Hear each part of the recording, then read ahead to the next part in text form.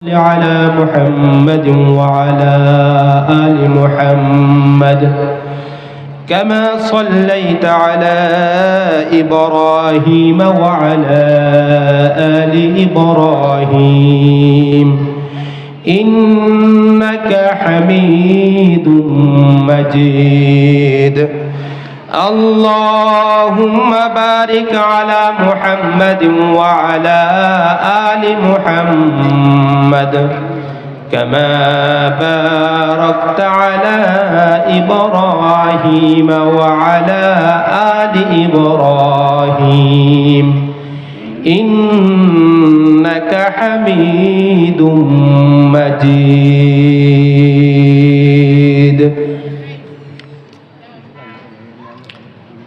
আমরা এলোমেলো বসে আছি।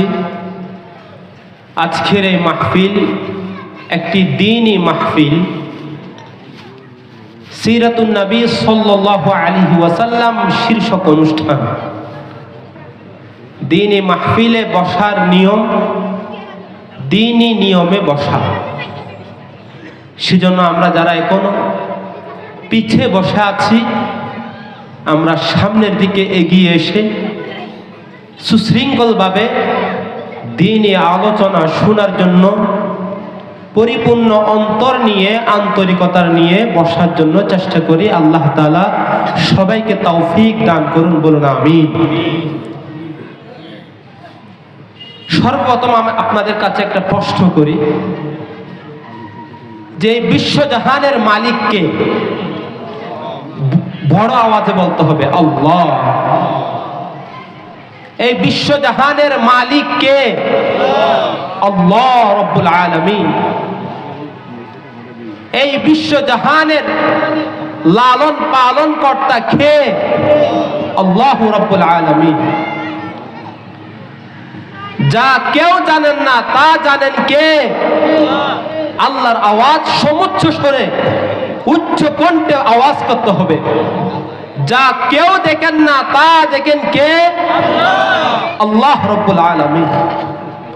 সার্বভৌমত্বের মালিক কে? হুকুমদাতা কে? আল্লাহ রব্বুল আলামিন। সেই মহান রব্বুল আলামিনের দরবারে সর্বপ্রথম অন্তরের অন্তঃস্থল থেকে কালিমাতু শুকর আদায় করছি। সবাই উচ্চ স্বরে কণ্ঠ মিলিয়ে উচ্চ আওয়াজে বলুন আলহামদুলিল্লাহ। আমার মুখে মুখে বলুন রব্বানা লাকাল হামদু হামদান কাসীরা তাইয়িবান মুবারাকান ফি। আল্লাহর শুকরিয়ার সাথে সাথে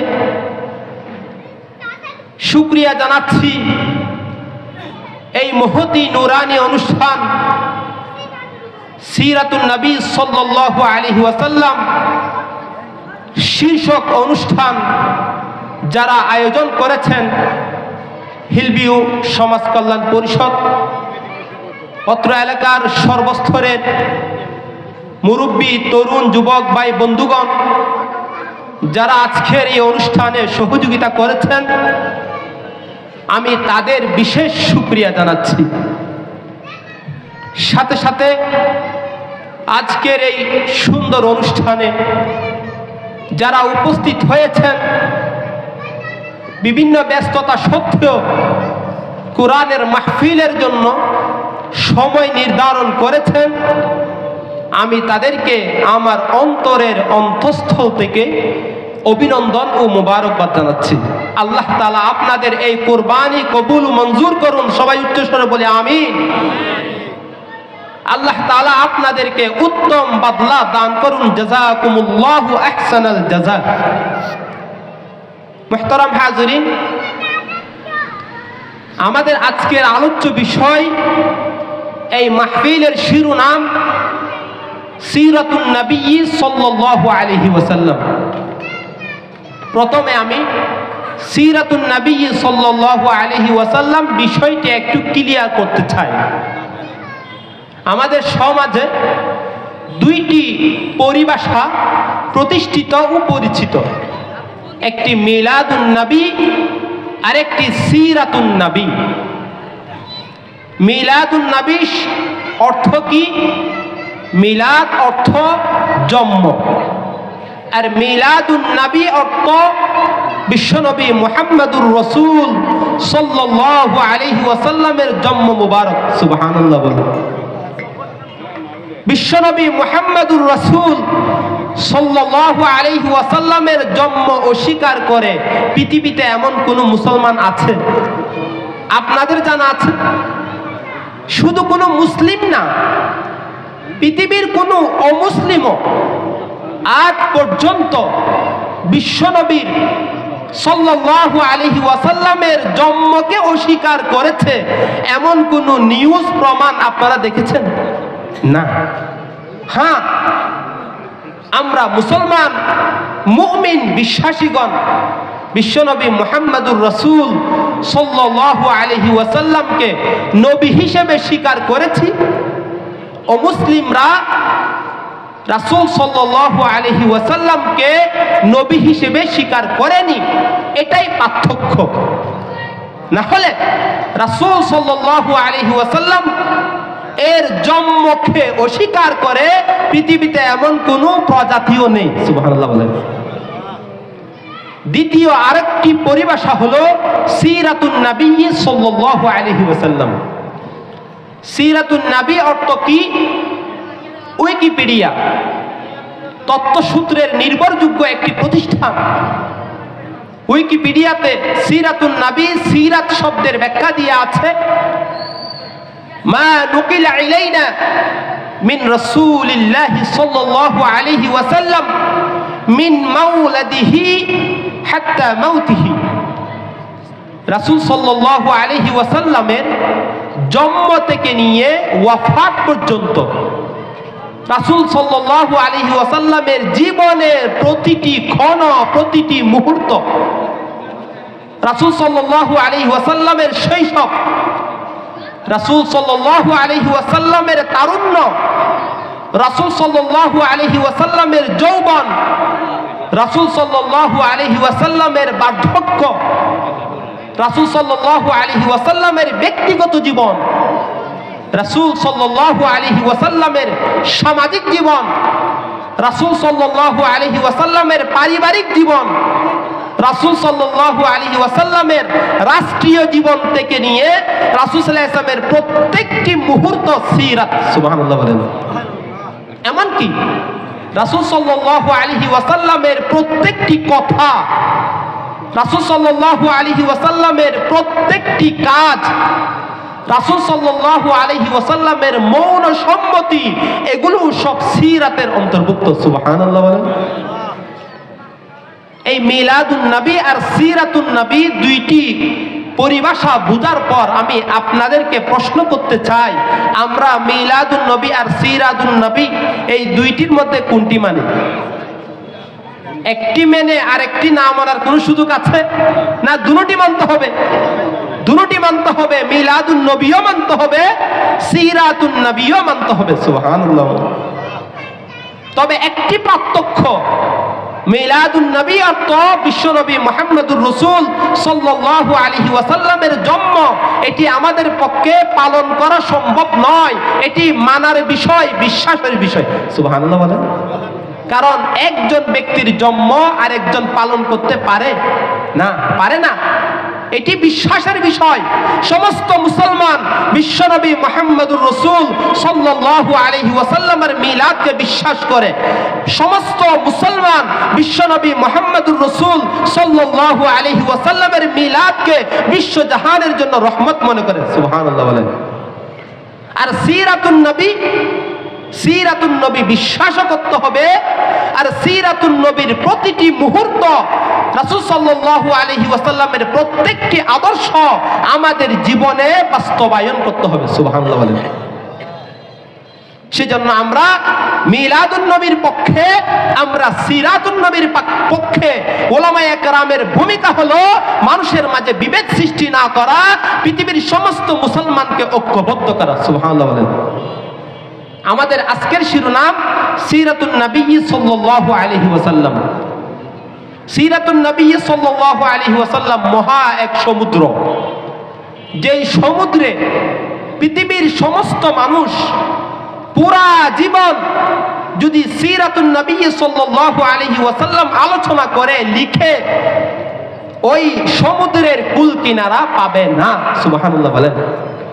এত বিশাল বিশ্বনবী মুহাম্মদুর রাসূল সাল্লাল্লাহু আলাইহি ওয়াসাল্লামের সিরাত, ওই সিরাতের একটি অংশ আপনাদের সামনে আমাকে আলোচনা করার জন্য বিষয়বস্তু দিয়েছেন। সেটি হলো রাসূল সাল্লাল্লাহু আলাইহি ওয়াসাল্লামের মাক্কি জীবন এবং ইসলাম প্রতিষ্ঠায় অক্ষের ভূমিকা, বিশেষ করে উলামায়ে কেরামের অক্ষের ভূমিকা। এই দুইটি গুরুত্বপূর্ণ বিষয় নিয়ে আমাকে আলোচনা করার জন্য বলেছেন। আলোচনার শুরুতে আপনাদেরকে একটি ভূমিকা বলি। আমরা যে আজকে সিরাতুন নবী সাল্লাল্লাহু আলাইহি ওয়াসাল্লাম শীর্ষক আলোচনা শুনব, সর্বপ্রথম আমাদেরকে রাসূল সাল্লাল্লাহু আলাইহি ওয়াসাল্লামের ভালোবাসা অন্তরে বসাতে হবে, লালন করতে হবে। সুবহানাল্লাহ বলেন। যদি রাসূল সাল্লাল্লাহু আলাইহি ওয়াসাল্লামের ভালোবাসা অন্তরে পরিপূর্ণরূপে বসাতে না পারি, আজকের এই আলোচনার স্বাদ আমি পাবো না। সুবহানাল্লাহ বলেন। সেজন্য আলোচনার শুরু থেকে আমরা রাসূল সাল্লাল্লাহু আলাইহি ওয়াসাল্লামের বুকে হাত দিয়ে বুক ফেটে স্বীকার করব, আমরা পৃথিবীর সবচেয়ে বেশি ভালোবাসি কাকে? উচ্চস্বরে বলেন, বিশ্বনবী মুহাম্মদুর রাসূল সাল্লাল্লাহু আলাইহি ওয়াসাল্লামকে। সুবহানাল্লাহ বলেন। আমার বাবার চেয়ে, আমার মায়ের চেয়ে, আমার সমাজের চেয়ে, রাষ্ট্রের চেয়ে, ক্ষমতার চেয়ে, এমনকি আমার জীবনের চেয়েও আমি বেশি ভালোবাসি কাকে? উচ্চস্বরে বলেন, বিশ্বনবী মুহাম্মদুর রাসূল সাল্লাল্লাহু আলাইহি ওয়াসাল্লামকে। এটি ঈমানের মূল লক্ষ্য। রাসূল সাল্লাল্লাহু আলাইহি ওয়াসাল্লামের ভালোবাসা অন্তরে না থাকলে, আল্লাহর ভালোবাসা অন্তরে না থাকলে আমি আপনি মুমিন হতে পারবো না। সুবহানাল্লাহ বলেন। বুখারী শরীফের হাদিস, মুসলিম শরীফের হাদিস, বিশ্বনবী মুহাম্মদুর রাসূল সাল্লাল্লাহু আলাইহি ওয়াসাল্লাম ইরশাদ করেন, লা ইউমিনু আহাদুকুম হাত্তা আকুনা আহাব্বা ইলাইহি মিন ওয়ালিদিহি ওয়া ওয়ালাদিহি ওয়ান নাসি আজমাইন। যতক্ষণ পর্যন্ত নিজের পিতা মাতা, এমনকি নিজের আত্মীয় স্বজন, নিজের প্রাণের চেয়েও বিশ্বনবী মুহাম্মদুর রাসূল সাল্লাল্লাহু আলাইহি ওয়াসাল্লামের ভালোবাসা বেশি হবে না, ততক্ষণ আমি পরিপূর্ণ মুমিন হতে পারবো না। সুবহানাল্লাহ বলেন। আজকের এই সিরাত মাহফিল থেকে যদি স্বাদ গ্রহণ করতে চান, ঈমানের স্বাদ যদি গ্রহণ করতে চান, নামাজের স্বাদ যদি গ্রহণ করতে চান, ঈমান, আকীদা, বিশ্বাসের স্বাদ যদি গ্রহণ করতে চান, সর্বপ্রথম একটা কাজ করতে হবে, অন্তরে আল্লাহ এবং তার রাসূল বিশ্বনবী মুহাম্মদুর রাসূল সাল্লাল্লাহু আলাইহি ওয়াসাল্লামের ভালোবাসা লালন করতে হবে। সুবহানাল্লাহ বলেন। বুখারী শরীফের হাদিস, রাসূল সাল্লাল্লাহু আলাইহি ওয়াসাল্লাম ইরশাদ করেন, সালাসুম মান কুন্না ফীহি ওয়াজাদা হালাওয়াতাল ঈমান। যেই ব্যক্তির তিনটি গুণ থাকবে, সেই ঈমানের স্বাদ গ্রহণ করবে। সুবহানাল্লাহ বলেন। যেই ব্যক্তির তিনটি গুণ থাকবে, সেই ওয়াজ মাহফিল, সিরাত মাহফিলের স্বাদ গ্রহণ করবে।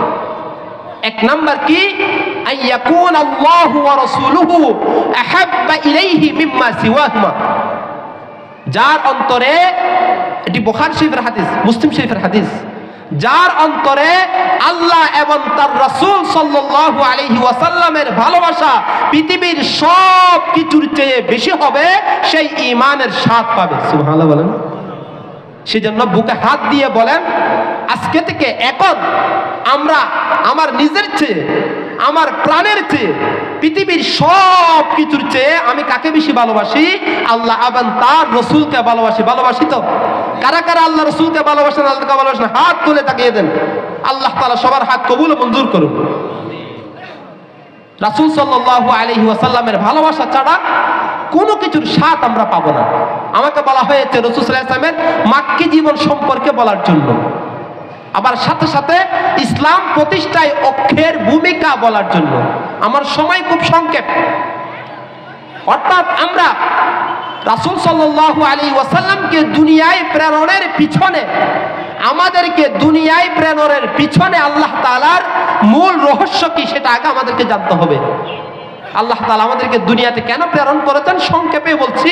আল্লাহ তাআলা ফেরেশতাদের সাথে যখন পরামর্শ করেছিলেন তখন আল্লাহ তাআলা বলেছেন, ইন্নী জাইলুন ফিল আরদি খলিফা, আমি আমার পৃথিবীতে আমার রাজত্বে আমার খলিফা প্রতিষ্ঠা করব। সুবহানাল্লাহ বলেন। আল্লাহ তাআলা পুরা পৃথিবীতে আল্লাহর খেলাফত প্রতিষ্ঠা করবেন, আর ওই খেলাফতের খলিফা হবে একজন। সারা পৃথিবী একজন খলিফার অধীনে থাকবে। সেই খলিফা আল্লাহর হুকুম আল্লাহর বিধান দুনিয়াতে বাস্তবায়ন করবেন। সুবহানাল্লাহ বলেন।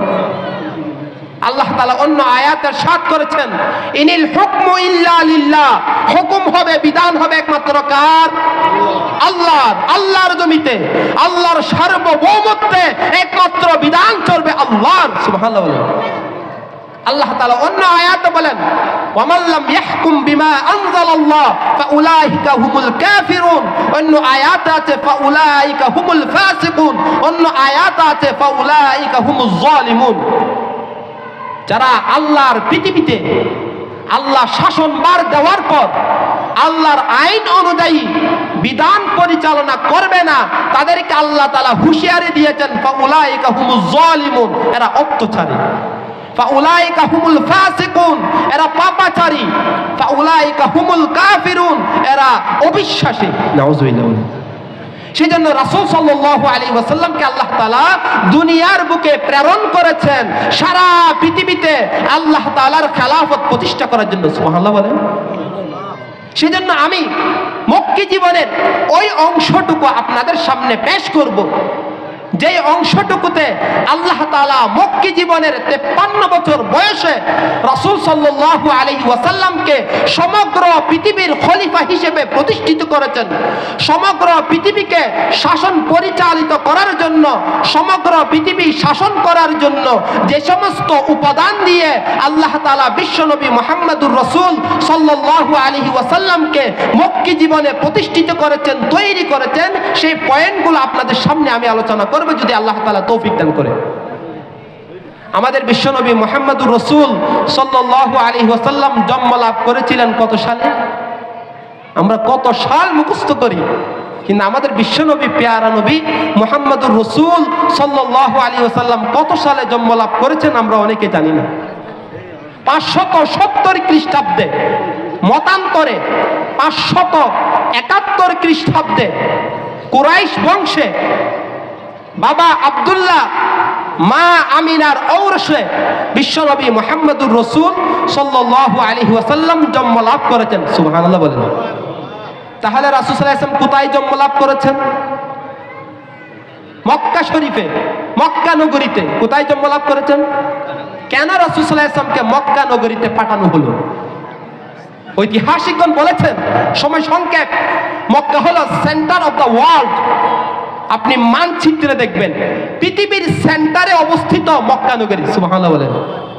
রাসূল সাল্লাল্লাহু আলাইহি ওয়াসাল্লামকে আল্লাহ তাআলা দুনিয়ার বুকে প্রেরণ করেছেন শুধু মক্কা নগরীর জন্য, শুধু আরব দেশের জন্য না, সারা বিশ্ববাসীর জন্য। সারা বিশ্ববাসীর জন্য আল্লাহ তাআলা পবিত্র কোরআনে হাকিমে ইরশাদ করেছেন, হে রাসূল আপনি বলে দেন, ইন্নী রাসূলুল্লাহি ইলাইকুম জামিআ, আমি তোমাদের পৃথিবীর সমস্ত মানব জাতির জন্য আল্লাহ তাআলার পক্ষ থেকে রাসূল হিসেবে প্রেরণ হয়েছে। সুবহানাল্লাহ বলেন। আমরা অনেকে আমাদেরকে বিশ্বাস থেকে দূরে সরিয়ে দেওয়ার জন্য ভুল ব্যাখ্যা করে অনেকে বলে মুসলমানদের নবী। নাউযুবিল্লাহ বলেন। আমাদের রাসূল কি শুধু মুসলমানদের নবী? না, আমাদের রাসূল মুসলমানদের নবী, আমাদের রাসূল খ্রিস্টানদের নবী, আমাদের রাসূল ইহুদিদের নবী, আমাদের রাসূল হিন্দুদের নবী। তবে পুরা কবাল মুসলমানরা আমাদের বিশ্বনবী মুহাম্মদুর রাসূল সাল্লাল্লাহু আলাইহি ওয়াসাল্লামকে বিশ্বাস করে মুমিন হয়েছে। অন্য অমুসলিমরা বিশ্বনবী মুহাম্মদুর রাসূল সাল্লাল্লাহু আলাইহি ওয়াসাল্লামকে বিশ্বাস না করে অমুসলিম হয়েছে। সুবহানাল্লাহ। রাসূল সাল্লাল্লাহু আলাইহি ওয়াসাল্লাম পুরা মানব জাতির জন্য নবী।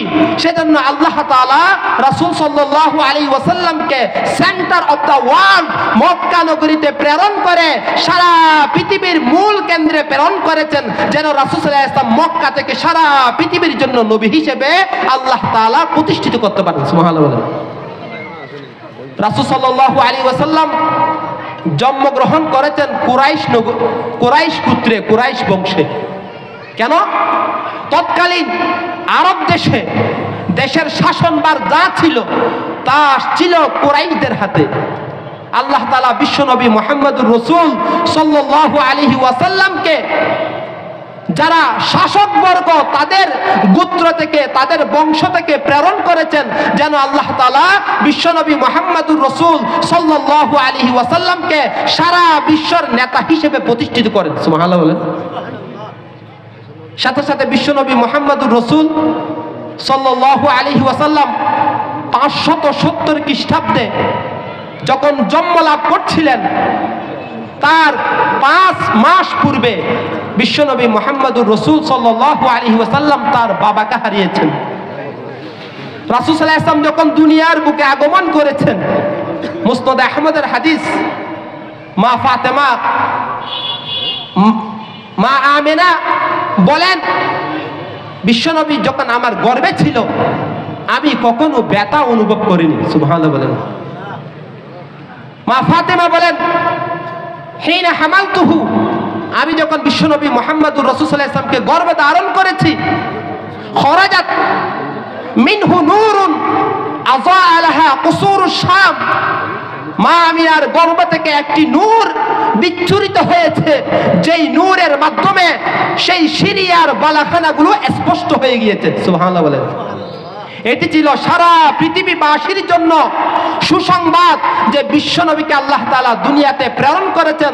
তখন শাম ছিল, সিরিয়া ছিল রোমানদের অঞ্চল, যে তখন পরাশক্তি ছিল রোমান। আল্লাহ তাআলা রোমান পরাশক্তিকে রাসূল সাল্লাল্লাহু আলাইহি ওয়াসাল্লামের করতলে পদতলে নিয়ে আসবেন। সুবহানাল্লাহ বলেন। রাসূল সাল্লাল্লাহু আলাইহি ওয়াসাল্লাম যখন দুনিয়াতে আগমন করেছিলেন,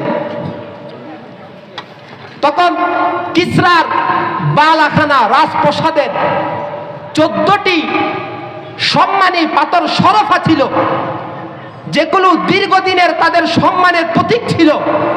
সেই পাথরগুলো খসে পড়ল। সুবহানাল্লাহ বলেন। তাদের রাজপ্রাসাদ কেঁপে উঠল। কিসরা তখন পারস্য দেশ, 2 পরাশক্তি, এক রোমান আর এক পারস্য। ওই কিসরার 1000 বছরের একটি প্রজ্বলিত আগুন ছিল, যে আগুন তারা পূজা করত। রাসূল সাল্লাল্লাহু আলাইহি ওয়াসাল্লাম যেই দিন জন্ম লাভ করেছেন, তাদের সেই আগুন পূজার প্রতীক 1000 বছরের আগুন আল্লাহ নিভিয়ে দিয়েছেন। সুবহানাল্লাহ বলেন। এই 2 ঘটনায় আল্লাহ তাআলা পুরা বিশ্বকে আগাম সংবাদ দিয়েছেন, সামনে যেই নবী আজকে আগমন করেছেন, এই নবী সারা পৃথিবী তার করতলে চলে আসবে। সুবহানাল্লাহ বলেন। রাসূল সাল্লাল্লাহু আলাইহি ওয়াসাল্লাম জন্ম লাভ করার পর রাসূল সাল্লাল্লাহু আলাইহি ওয়াসাল্লামকে দুগ্ধ পান করানোর জন্য বনু সাদ গোত্রে পাঠানো হয়েছে। সুবহানাল্লাহ বলেন। আপনারা ইতিহাস জানেন। এখন প্রশ্ন হলো, বনু সাদ গোত্রে কেন প্রেরণ করা হলো? কারণ বনু সাদ গোত্র বিশুদ্ধ আরবি ভাষী ছিলেন। তাদের ভাষার মধ্যে কোনো ধরনের বিদেশি ভাষার মিশ্রণ ছিল না। বনু সাদ গোত্র আরব সংস্কৃতির উপর প্রতিষ্ঠিত ছিলেন। বিভিন্ন বিদেশি মানুষের সংস্কৃতি দ্বারা তারা আক্রান্ত ছিলেন না। আল্লাহ তাআলা বিশ্বনবী মুহাম্মদুর রাসূল সাল্লাল্লাহু আলাইহি ওয়াসাল্লামকে যেহেতু সারা বিশ্ব জাহানের নবী হিসেবে প্রেরণ করেছিলেন, সেজন্য রাসূল সাল্লাল্লাহু আলাইহি ওয়াসাল্লামকে জন্ম থেকে বিশুদ্ধ ভাষা শিক্ষা দেওয়ার জন্য আল্লাহ তাআলা বনু সাদ গোত্রে বিশ্বনবী মুহাম্মদুর রাসূল সাল্লাল্লাহু আলাইহি ওয়াসাল্লামকে লালিত পালিত করে পৃথিবীর সমস্ত মানুষকে এই মেসেজ দিয়েছেন, পৃথিবীকে যারা শাসন করবে তাদের ভাষা হতে হবে বিশুদ্ধ। সুবহানাল্লাহ বলেন। আমাদের রাসূল সাল্লাল্লাহু আলাইহি ওয়াসাল্লামের ভাষা আরবি ভাষা ছিল, বিশুদ্ধ ভাষাভাষী ছিলেন বিশ্বনবী মুহাম্মদুর রাসূল সাল্লাল্লাহু আলাইহি ওয়াসাল্লাম। রাসূল সাল্লাল্লাহু আলাইহি ওয়াসাল্লাম নিজেই বলেন, আনা আফসাহুল আরব। সুবহানাল্লাহ বলেন। রাসূল সাল্লাল্লাহু আলাইহি ওয়াসাল্লাম যখন বনু সাদ গোত্রে বড় হয়েছেন, রাসূল সাল্লাল্লাহু আলাইহি ওয়াসাল্লামের শক্কে সদর রাসূল সাল্লাল্লাহু আলাইহি ওয়াসাল্লামের বক্ষ বিদারণ করা হয়েছে। 4 বার রাসূল সাল্লাল্লাহু আলাইহি ওয়াসাল্লামের বক্ষ বিদারণ করা হয়েছে। জানেন কেন? আধুনিক বিজ্ঞান আবিষ্কার করেছে এখন অপারেশন করা যায়, অথচ 1400 বছর পূর্বে আল্লাহ তাআলা স্বয়ং ফেরেশতার মাধ্যমে বিশ্বনবী মুহাম্মদুর রাসূল সাল্লাল্লাহু আলাইহি ওয়াসাল্লামের হার্ট অপারেশন করেছেন। সুবহানাল্লাহ বলবেন না? আরেকটু জোরে বলুন সুবহানাল্লাহ। কেন বক্ষ বিদারণ করেছেন? জিবরাইল আলাইহিস সালাতু ওয়াস সালাম রাসূল সাল্লাল্লাহু আলাইহি ওয়াসাল্লামের বক্ষ বিদারণ করে, রাসূল সাল্লাল্লাহু আলাইহি ওয়াসাল্লামের কলম মুবারক বের করে জমজম কূপের পানি দিয়ে রাসূল সাল্লাল্লাহু আলাইহি ওয়াসাল্লামের অন্তরকে স্বচ্ছ পরিচ্ছন্ন করে সারা পৃথিবীবাসীকে জানিয়ে দিয়েছেন, যারা এই বিশ্বকে শাসন করতে চায়, এই বিশ্বের খলিফা হিসেবে নিযুক্ত হতে চায়, তাদের অন্তর পরিশুদ্ধ হতে হবে। সুবহানাল্লাহ। আমরা অনেকেই আত্মার পরিশুদ্ধি এটা স্বীকার করতে চাই না। আল্লাহ তাআলা রাসূল সাল্লাল্লাহু আলাইহি ওয়াসাল্লামকে জন্মের পর আত্মা পরিশুদ্ধ করেছেন। সেজন্য রাসূল সাল্লাল্লাহু আলাইহি ওয়াসাল্লামের অন্যতম একটি দায়িত্ব ছিল ওয়ায়ুযাক্কিহিম। রাসূল সাল্লাল্লাহু আলাইহি ওয়াসাল্লাম যে সমস্ত সৈনিকদেরকে নিয়ে সারা বিশ্ব শাসন করবেন, সারা বিশ্বে ইসলাম প্রতিষ্ঠা করবেন, সেই সাহাবায়ে কেরামদেরকেও রাসূল সাল্লাল্লাহু আলাইহি ওয়াসাল্লাম অন্তর পরিশুদ্ধ করেছেন। সুবহানাল্লাহ বলেন। রাসূল সাল্লাল্লাহু আলাইহি ওয়াসাল্লামের 6 বছর বয়সে 576 খ্রিস্টাব্দে বিশ্বনবী মুহাম্মদুর রাসূল সাল্লাল্লাহু আলাইহি ওয়াসাল্লামের মা রাসূল সাল্লাল্লাহু আলাইহি ওয়াসাল্লামকে নিয়ে রাসূল সাল্লাল্লাহু আলাইহি ওয়াসাল্লামের বাবার কবর জিয়ারতের জন্য নিয়ে গিয়েছেন। মদিনা থেকে আসার পথে বিশ্বনবীর মা দুনিয়ার জীবন ত্যাগ করেছেন। আমাদের বিশ্বনবী চিরয়তীম। আল্লাহ তাআলা আমার বিশ্বনবীকে চিরয়তীম বানিয়েছেন কেন? যেটা আমার বিশ্বনবী মুহাম্মদুর রাসূল সাল্লাল্লাহু আলাইহি ওয়াসাল্লাম দুঃখীদের বন্ধু হয়। সুবহানাল্লাহ। আমাদের বিশ্বনবী মুহাম্মদুর রাসূল সাল্লাল্লাহু আলাইহি ওয়াসাল্লাম বলেন, আল্লাহুম্মা আহইনি মিসকিনা ওয়া আমিতনি মিসকিনা ওয়াহশুরনি ফি যুমরাতিল মাসাকিন। ওগো আল্লাহ, আপনি আমাকে দুনিয়াতে মিসকিন বানিয়েছেন, না আমার বাবা আছে না আমার মা আছে। ওগো আল্লাহ, আপনি দুনিয়াতে আমাকে মিসকিন হিসেবে মৃত্যু দান করুন। ওগো আল্লাহ, আপনি হাসরের ময়দানে আমাকে মিসকিন হিসেবে মিসকিনদের কাতারে তুলুন। সুবহানাল্লাহ বলেন। রাসূল সাল্লাল্লাহু আলাইহি ওয়াসাল্লাম দুঃখীদের কথা বুঝতেন। সমাজের যারা দুঃস্থ আছে এদেরকে যারা বুঝবে না, এদের ভাষা যারা বুঝবে না, এদের অবস্থা যারা বুঝবে না, এরা কখনো পৃথিবী শাসন করতে পারবে না। সুবহানাল্লাহ বলেন। রাসূল সাল্লাল্লাহু আলাইহি ওয়াসাল্লাম 6 বছর বয়সে মা হারানোর পর রাসূল সাল্লাল্লাহু আলাইহি ওয়াসাল্লামের দাদা আব্দুল মুত্তালিব তৎকালীন মক্কা নগরীর প্রধান ছিলেন। হযরতে আব্দুল মুত্তালিবের তত্ত্বাবধানে বিশ্বনবী মুহাম্মদুর রাসূল সাল্লাল্লাহু আলাইহি ওয়াসাল্লাম লালিত পালিত হচ্ছেন। 8 বছর বয়সে রাসূল সাল্লাল্লাহু আলাইহি ওয়াসাল্লামের দাদা আব্দুল মুত্তালিব ইন্তিকাল করেছেন। তারপর রাসূল সাল্লাল্লাহু আলাইহি ওয়াসাল্লামের তত্ত্বাবধান গ্রহণ করেন রাসূল সাল্লাল্লাহু আলাইহি ওয়াসাল্লামের চাচা আবু তালিব। দুইজন নেতার তত্ত্বাবধানে বিশ্বনবীকে আল্লাহ তাআলা দুনিয়ার বুকে প্রতিষ্ঠিত করে সারা পৃথিবীবাসীকে জানিয়ে দিয়েছেন, যারা বিশ্ব শাসন করবে তাদের প্রতিপালন হতে হবে বিশ্ব নেতাদের তত্ত্বাবধানে। সুবহানাল্লাহ। রাসূল সাল্লাল্লাহু আলাইহি ওয়াসাল্লাম চাচা আবু তালিবের তত্ত্বাবধানে পরিচালিত হচ্ছেন। চাচা আবু তালেব রাসূল সাল্লাল্লাহু আলাইহি ওয়াসাল্লামকে ব্যবসা শিখাতেন। একবার 11 বা 12 বছর বয়সে চাচা আবু তালিব রাসূল সাল্লাল্লাহু আলাইহি ওয়াসাল্লামকে নিয়ে সিরিয়ায় ব্যবসার উদ্দেশ্যে রওনা হচ্ছিলেন। রওনা হওয়ার পর কিছু দূর যাওয়ার পর সেখানে একজন বুহাইরা রাহেব ছিল, যিনি খ্রিস্টান এক দক্ষ আলেম ছিলেন। রাসূল সাল্লাল্লাহু আলাইহি ওয়াসাল্লামকে যখন বুহাইরা রাহেবের পাশ দিয়ে চাচা আবু তালেব নিয়ে যাচ্ছিলেন, বুহাইরা রাহেব তার ধ্যানমগ্ন অবস্থা থেকে ফিরে এসে নিচে নেমে আসলেন। ইতিহাস বলে এর পূর্বে দীর্ঘ অনেক বছর বুহাইরা রাহেব নিচে নেমে আসেননি। সুবহানাল্লাহ বলেন। তিনি নেমে এসে বলেন, এই কাফেলার সাথে আখের নবী বিশ্বনবী মুহাম্মদুর রাসূল সাল্লাল্লাহু আলাইহি ওয়াসাল্লাম রয়েছে। সুবহানাল্লাহ বলেন। সবাই জিজ্ঞাসা করে, আপনি কিভাবে জানলেন এখানে বিশ্বনবী আছে? তখন বুখাইরা রাহেব বলে, তোমাদের কাফেলা যখন সামনে দিয়ে আসছিল, আমি আমার সেই গির্জা থেকে দেখছিলাম একজন বালক তোমাদের মধ্যে, উনি আসার সময় যত পাথর ছিল, যত গাছ ছিল, সমস্ত গাছগুলো তাকে সিজদা করছিল, সমস্ত পাথরগুলো তাকে সিজদা করছিল। আমি খ্রিস্টান পাদ্রী আলেম, আমি জানি কোনো গাছ কোনো পাথর পৃথিবীর কোনো মানুষকে সিজদা করে না। আমি নিশ্চিত তিনি আখিরি নবী, বিশ্ব নবী মুহাম্মাদুর রাসূল সাল্লাল্লাহু আলাইহি ওয়াসাল্লাম। সুবহানাল্লাহ বলেন।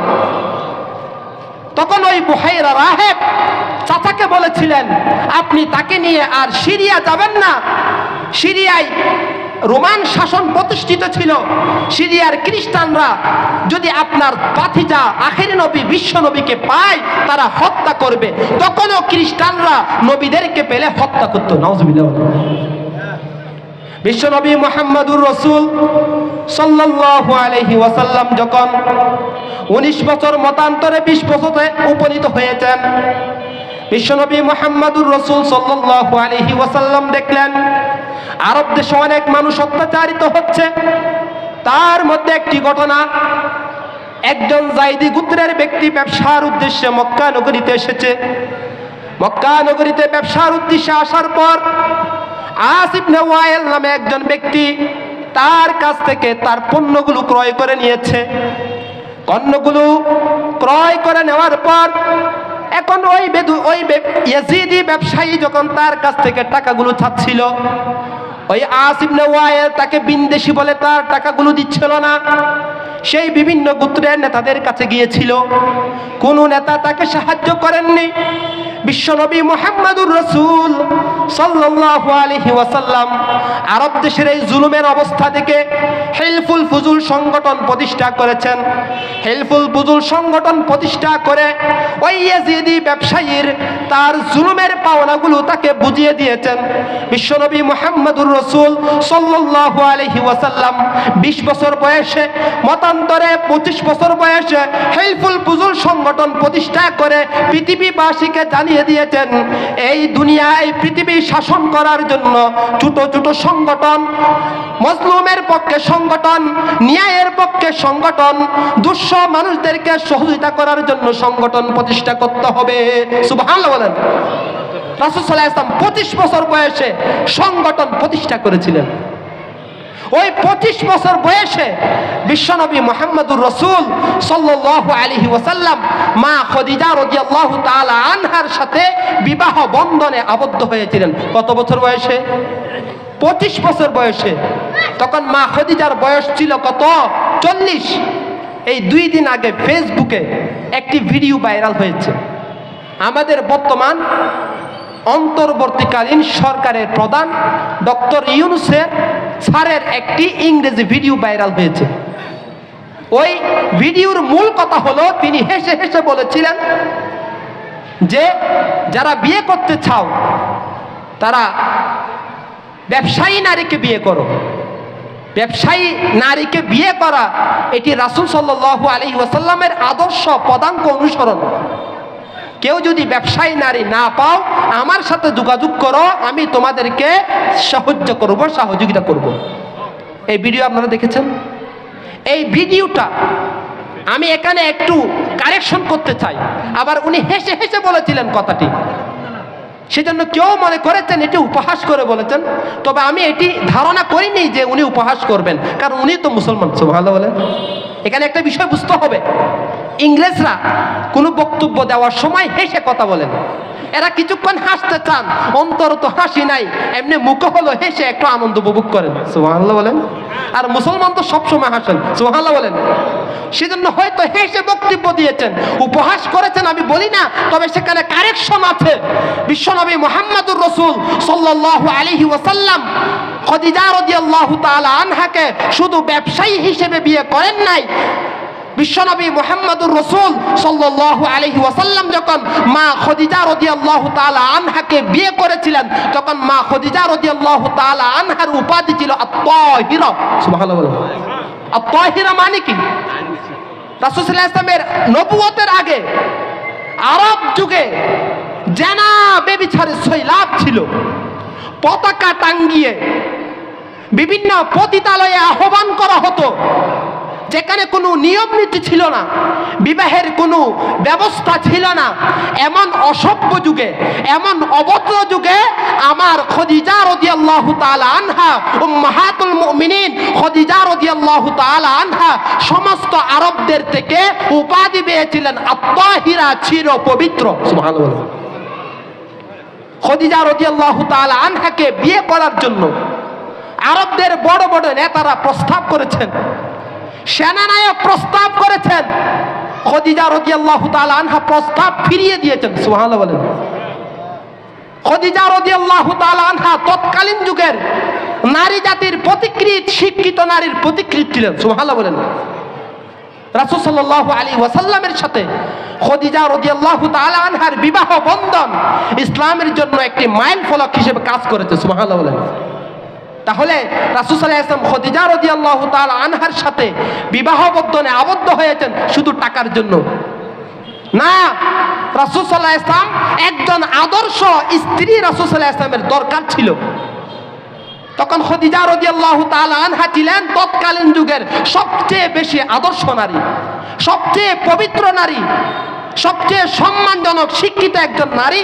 সেজন্য রাসূল সাল্লাল্লাহু আলাইহি ওয়াসাল্লাম মা খদিজা রাদিয়াল্লাহু তাআলা আনহার সাথে বিবাহ বন্ধনে আবদ্ধ হয়ে পৃথিবীর সমস্ত মানুষকে এই মেসেজ দিয়েছেন, আমার বিশ্বনবী মুহাম্মদুর রাসূল সাল্লাল্লাহু আলাইহি ওয়াসাল্লামের চরিত্র ফুলের মতো পবিত্র। সুবহানাল্লাহ।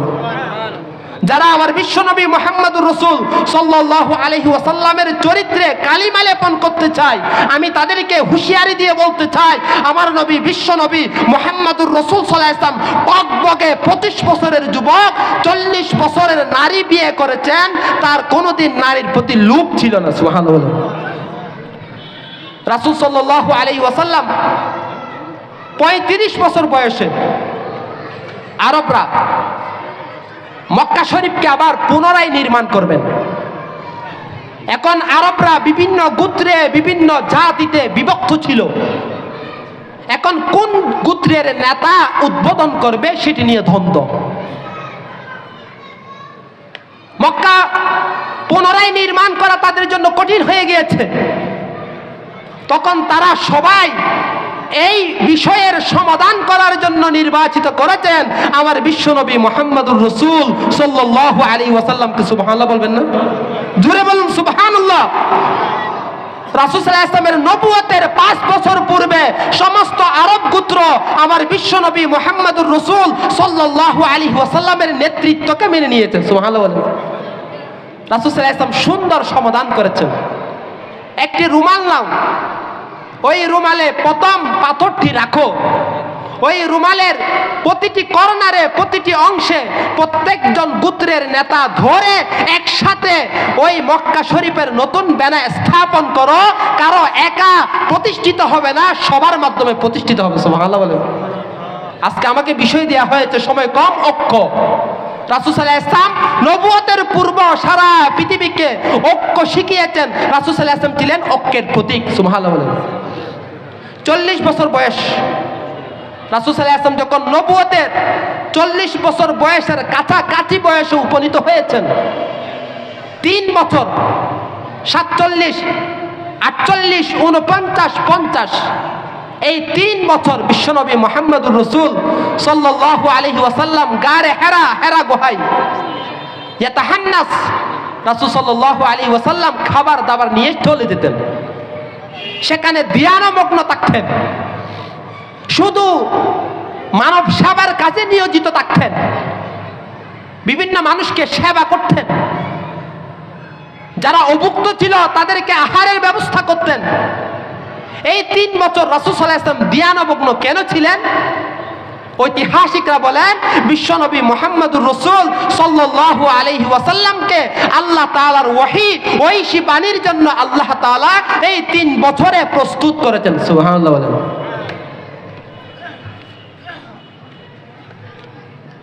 মক্কি জীবনের বিশাল অংশ এই বিশাল অংশ শেষ করা আমাদের পক্ষে আসলে অল্প সময়ে সম্ভব না। আমার কাছে কাগজ এসেছে, আমাকে আলোচনা শেষ করতে হবে। আমার আলোচনা দ্বিতীয় টপিকটা সংক্ষেপে আলোচনা করে আমার আলোচনা শেষ করব। ইসলাম প্রতিষ্ঠায় আমি এতক্ষণ বলেছিলাম আল্লাহ তাআলা দীর্ঘ 53 বছর বয়সে রাসূল সাল্লাল্লাহু আলাইহি ওয়াসাল্লামকে এমনভাবে প্রতিষ্ঠিত করেছেন যেন বিশ্বনবী মুহাম্মদুর রাসূল সাল্লাল্লাহু আলাইহি ওয়াসাল্লাম সারা বিশ্বর মহানেতা, সমস্ত নেতাদের জন্য আদর্শ নেতা হিসেবে প্রতিষ্ঠিত হতে পারেন। সুবহানাল্লাহ। রাসূল সাল্লাল্লাহু আলাইহি ওয়াসাল্লাম সর্বপ্রথম ইসলামী সাম্রাজ্য প্রতিষ্ঠার জন্য যে কাজটি করেছেন, হিজরত করে বিশ্বনবী মুহাম্মদুর রাসূল সাল্লাল্লাহু আলাইহি ওয়াসাল্লাম মদিনায় যখন গিয়েছিলেন, মদিনায় মানুষগুলো বিভিন্ন গোত্রে গোত্রে ভাগ ছিল। আউস আর খজরাজ দীর্ঘ শত শত বছর ধরে তারা বিভক্ত ছিল। বিশ্বনবী মুহাম্মদুর রাসূল সাল্লাল্লাহু আলাইহি ওয়াসাল্লাম সর্বপ্রথম মদিনায় গিয়ে আরব দেশের মদিনার সমস্ত গোত্রগুলোকে একত্রিত করে ইহুদিদের সাথে, খ্রিস্টানদের সাথে, আরবদের বিভিন্ন গোত্রের সাথে ঐক্যবদ্ধভাবে একতার সাথে একটি ইসলামী সাম্রাজ্য প্রতিষ্ঠা করে সারা পৃথিবীবাসীকে শিক্ষা দিয়েছেন, যদি ইসলামী সাম্রাজ্য যদি প্রতিষ্ঠা করতে হয়, খেলাফত যদি প্রতিষ্ঠা করতে হয়, সমস্ত উলামা একরাম একমত হতে হবে, সমস্ত মুসলমান ঐক্য হতে হবে। সুবহানাল্লাহ। যতক্ষণ পর্যন্ত সমস্ত মুসলমান এক হবে না, এক পতাকায় একাকার হবে না, ততক্ষণ পর্যন্ত ইসলামী খেলাফা প্রতিষ্ঠা হবে না। সেজন্য আল্লাহ তাআলা পবিত্র কোরআন হাকিমে আমাদেরকে ঐক্যের দিকে আহ্বান করছেন। আল্লাহ তাআলা বলেন, ওয়াতাসিমু বিহাবলিল্লাহি জামিআ ওয়ালা তাফাররাকু। হে উম্মতের সমস্ত মুসলমান, যেই যেই মতাদর্শের হোক, যেই যেই পীরের মুরিদ হোক, যেই যেই চিন্তাধারার হোক, আমাদের কিবলা একটা না দুইটা, আমাদের কোরআন একটা না দুইটা, আমাদের নামাজ কি 5 ওয়াক্ত না 6 ওয়াক্ত? 5 ওয়াক্ত। আমরা সবাই পশ্চিম দিকে নামাজ পড়ি, আমাদের কিবলা একটা। যাদের কিবলা একটা, যারা 5 ওয়াক্ত নামাজ মসজিদে গিয়ে জামাত পড়ে, আমরা সবাই মুসলমান। আমরা বিশ্বনবী মুহাম্মদুর রাসূল সাল্লাল্লাহু আলাইহি ওয়াসাল্লামের আদর্শে একমত, ইসলাম প্রতিষ্ঠার জন্য আমরা একমত। আমরা চাই সারা পৃথিবীর বুকে ইসলামী খেলাফত প্রতিষ্ঠা হোক। সুবহানাল্লাহ। আমাদের বড় একটি প্রশ্ন, আমাদের যে একতলাফ, এই একতলাফ নিয়ে কিভাবে ঐক্য প্রতিষ্ঠা হবে? এই ঐক্যের একমাত্র রূপরেখা হলো আল ইত্তিহাদু মাল ইখতিলাফ। আল্লাহ তাআলা একতলাফ করতে নিষেধ করেন নাই। সুবহানাল্লাহ। একতলাফ আল্লাহ বলেছেন, ওয়াতাসিমু বিহাবলিল্লাহ, তোমরা সমস্ত মুসলমান আল্লাহ রজ্জু, আল্লাহ রশি, কোরআনকে আঁকড়ে ধরো, একতাবদ্ধ হয়ে যাও। ওয়ালা তাফাররাকু, বিচ্ছিন্ন হয়েও না, ইফতারাক হয়েও না, দলে দলে বিভক্ত হয়ে না। সুবহানাল্লাহ বলেন। সেজন্য একতলাফ করা নিষেধ নয়, একতলাফ থাকবে। আপনার মত এক ধরনের, আমার মত এক ধরনের, আপনার চিন্তা এক ধরনের, আমার চিন্তা এক ধরনের। ইখতিলাফুল উলামায়ে রাহমাতুন, আমাদের একতলাফ হবে আমাদের জন্য রহমত স্বরূপ। সুবহানাল্লাহ বলেন। সেজন্য আল ইত্তিহাদু মাল ইখতিলাফ, আমাদের চিন্তা চেতনা আলাদা, আমাদের পীর আলাদা, আমাদের মসজিদ আলাদা, কিন্তু কোরআনের ব্যাপারে আমরা একমত। সুবহানাল্লাহ বলেন।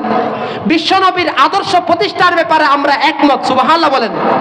খেলাফত প্রতিষ্ঠার ব্যাপারে আমরা সবাই একমত। সুবহানাল্লাহ বলেন। সমস্ত উলামা একরামদেরকে খেলাফত প্রতিষ্ঠার পেছনে একমত হতে হবে। ঐক্য প্রতিষ্ঠা ছাড়া কখনো ইসলাম প্রতিষ্ঠা হবে না, যার একটি বাস্তব নজির আমরা দেখেছি জুলাইয়ের আন্দোলনে। ছাত্রদের নেতৃত্বে, ছাত্র ছোট বয়স, এদের নেতৃত্বে বাংলাদেশের আপামর জনতা, সমস্ত শ্রেণীর মানুষ ঐক্যবদ্ধ হয়েছে। দীর্ঘ 15 বছরের প্রতাপশালী শাসককে এই বাংলাদেশের মস্তক থেকে নামাতে তারা সম্ভব হয়েছে। সুবহানাল্লাহ বলেন। আমাদেরকে এটাই শিক্ষা দেন, আমরা এটা সুবর্ণ সুযোগ উলামা একরাম ঐক্যবদ্ধ হওয়ার। ইখতিলাফ থাকবে, আল ইত্তিহাদু মাল ইখতিলাফের ভিত্তিতে আমরা ঐক্যবদ্ধ হব। ঐক্যের ব্যাপারে একটি উদাহরণ বলে আমার আলোচনা শেষ করব। আমরা মেজবানে একসাথে খাই, একসাথে 6 জন এক টেবিলে আমরা বসি কিনা? কথাটা খুব ভালো করে বুঝবেন, বসি কিনা? তাহলে আমরা 6 জন একসাথে আহার করছি, কিন্তু প্লেট এক না আলাদা? প্লেট আলাদা, প্রত্যেকজনের প্লেট আলাদা, প্রত্যেকজনের আহার আলাদা, প্রত্যেকজনের রেসিপি আলাদা। ওই অক্ষ দিয়ে কখনো ইসলাম প্রতিষ্ঠা হবে না। রাসূল সাল্লাল্লাহু আলাইহি ওয়াসাল্লাম যে অক্ষ শিখিয়ে দিয়েছেন, 5 জনে বসে এক প্লেটে খাবারের যে সিস্টেম দেখেছেন, ওই সিস্টেমটা তাবলীগওয়ালারা একটু বেশি ফলো করে। এটা আল্লাহ রাসূলের আদর্শ। এক প্লেটে বসে একসাথে খাওয়া, আহার একসাথে, সবার রেসিপি এক, সবার তরকারি এক, সবার ভাত এক।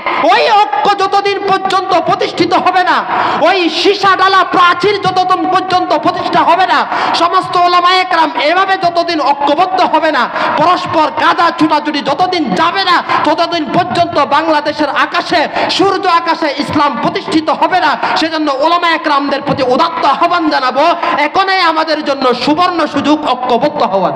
সুবহানাল্লাহ। সর্বশেষ একটি আল্লাহ রাসূলের আদর্শ বলে আমি শেষ করব। বিভিন্ন বিদেশি শক্তি আমাদের বাংলাদেশের দিকে চোখ রাঙাচ্ছে। বিশ্বনবী মুহাম্মদুর রাসূল সাল্লাল্লাহু আলাইহি ওয়াসাল্লামের একটি আদর্শ দেশপ্রেম। রাসূল সাল্লাল্লাহু আলাইহি ওয়াসাল্লাম মক্কা নগরীকে ভালোবাসতেন, রাসূল সাল্লাল্লাহু আলাইহি ওয়াসাল্লাম মদিনাকে ভালোবাসতেন। রাসূল সাল্লাল্লাহু আলাইহি ওয়াসাল্লাম মদিনা ইসলামের প্রজাতন্ত্রকে হেফাজত করার জন্য বদর যুদ্ধ কায়েম করেছেন। বিশ্বনবী মুহাম্মদুর রাসূল সাল্লাল্লাহু আলাইহি ওয়াসাল্লাম মক্কার 10,000 সৈন্য যখন মদিনা আক্রমণ করার জন্য আহজাব যুদ্ধে এসেছিল, বিশ্বনবী মুহাম্মদুর রাসূল সাল্লাল্লাহু আলাইহি ওয়াসাল্লাম মদিনা রাষ্ট্র প্রতিষ্ঠা করার জন্য, মদিনা রাষ্ট্র হেফাজত করার জন্য সাহাবায়ে কেরামদেরকে নিয়ে নিজের রক্তের নজরানা পেশ করে মদিনা রাষ্ট্রকে হেফাজত করেছেন। আমরাও সমস্ত মুসলমান আমাদের দেশের ব্যাপারে ঐক্যমত, আমাদের দেশের ভালোবাসার ব্যাপারে আমরা ঐক্যমত। আমাদের দেশকে রক্ষা করার জন্য, জালিমের চক্কর থেকে আমরা হেফাজত করার জন্য, হিন্দুত্ববাদী চক্ষু থেকে আমাদের দেশকে হেফাজত করার জন্য আমরা যে কোনো নেতার পতাকা তোলে ঐক্যবদ্ধ হতে রেডি আছে। সুবহানাল্লাহ। আল্লাহ তাআলা আমাদেরকে সীসা ডালা ঐক্য তৈরি করার জন্য, বিশ্বনবী মুহাম্মদুর রাসূল সাল্লাল্লাহু আলাইহি ওয়াসাল্লামের আদর্শ জীবনে বাস্তবায়ন করার জন্য, আমাদেরকে দুনিয়ায় শতককে আল্লাহর খেলাফত প্রতিষ্ঠা দেখার জন্য তৌফিক দান করুন। ওয়া আখির দাওয়া আলহামদুলিল্লাহি রাব্বিল আলামিন।